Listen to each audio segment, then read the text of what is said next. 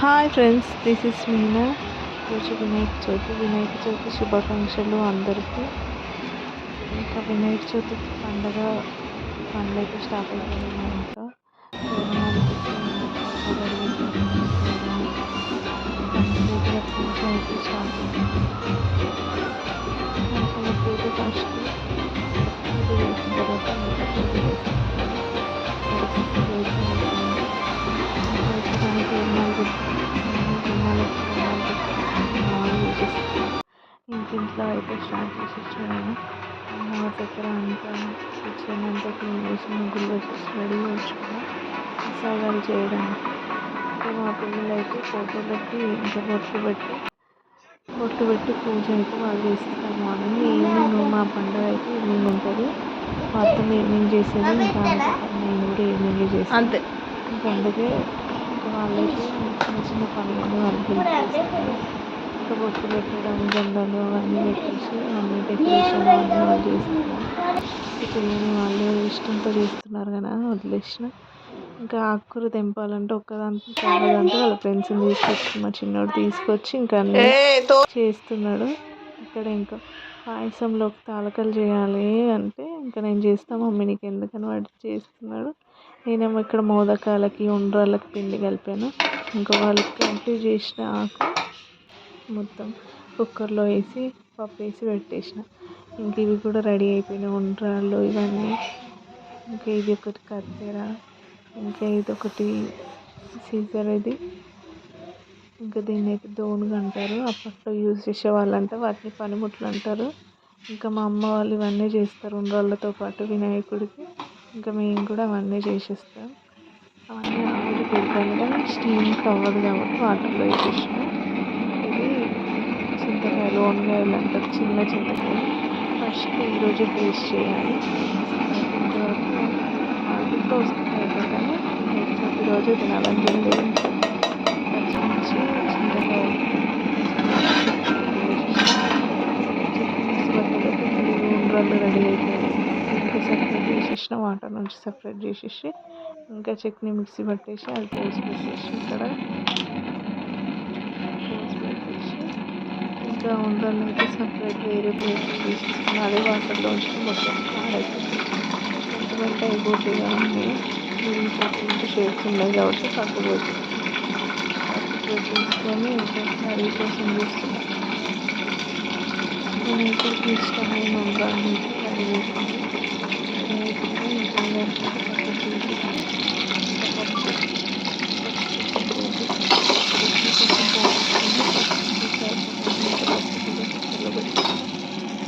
Ready అయిపోయింది. మొత్తం చట్నీతోటి ఇంకా మోదకాల్లో మధ్యలో స్టఫింగ్ ఉంటుంది కదా, స్టఫింగ్ కోసం అయితే ఇక్కడ బెల్లం తీసుకున్నా. బెల్లం మొత్తం మెల్ట్ అయిన తర్వాత ఇంకా బెల్లం ఇంకా పొడిగా లేదు కాబట్టి ఇది ఈజీగానే ఉంటుంది. కొన్ని వాటర్ వేసి పెట్టేసి దాంట్లోనే ఇంకా కాజు, డ్రై ఫ్రూట్స్ అన్నీ వేసేసి కొంచెం సన్న గోధుమ రవ్వ వేయించి మళ్ళీ దీంట్లో వేసేసి ఆడ బాత్రూమ్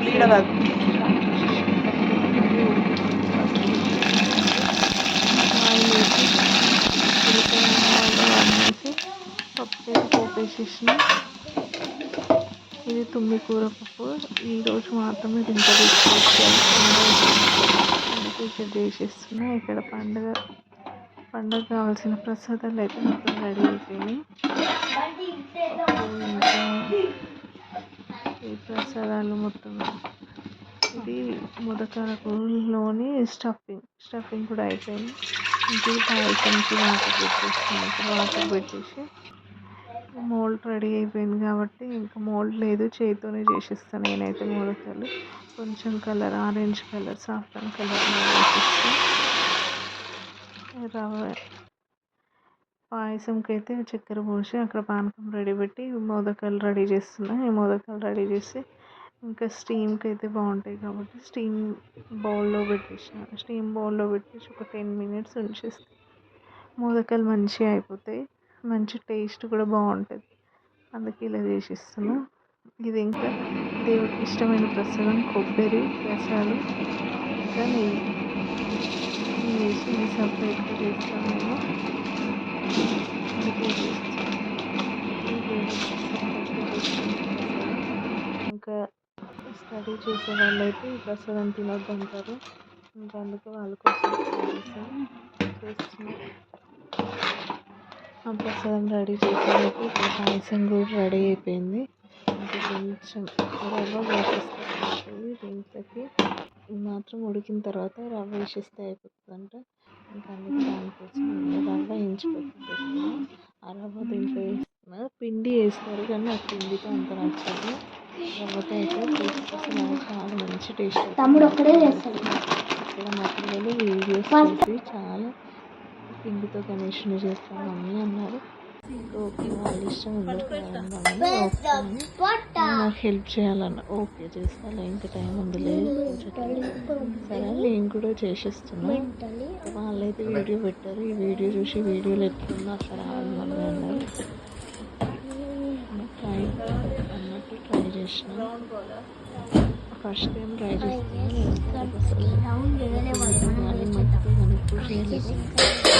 వచ్చింది మా పిల్లలు చాలా ఎంజాయ్ చేసారు.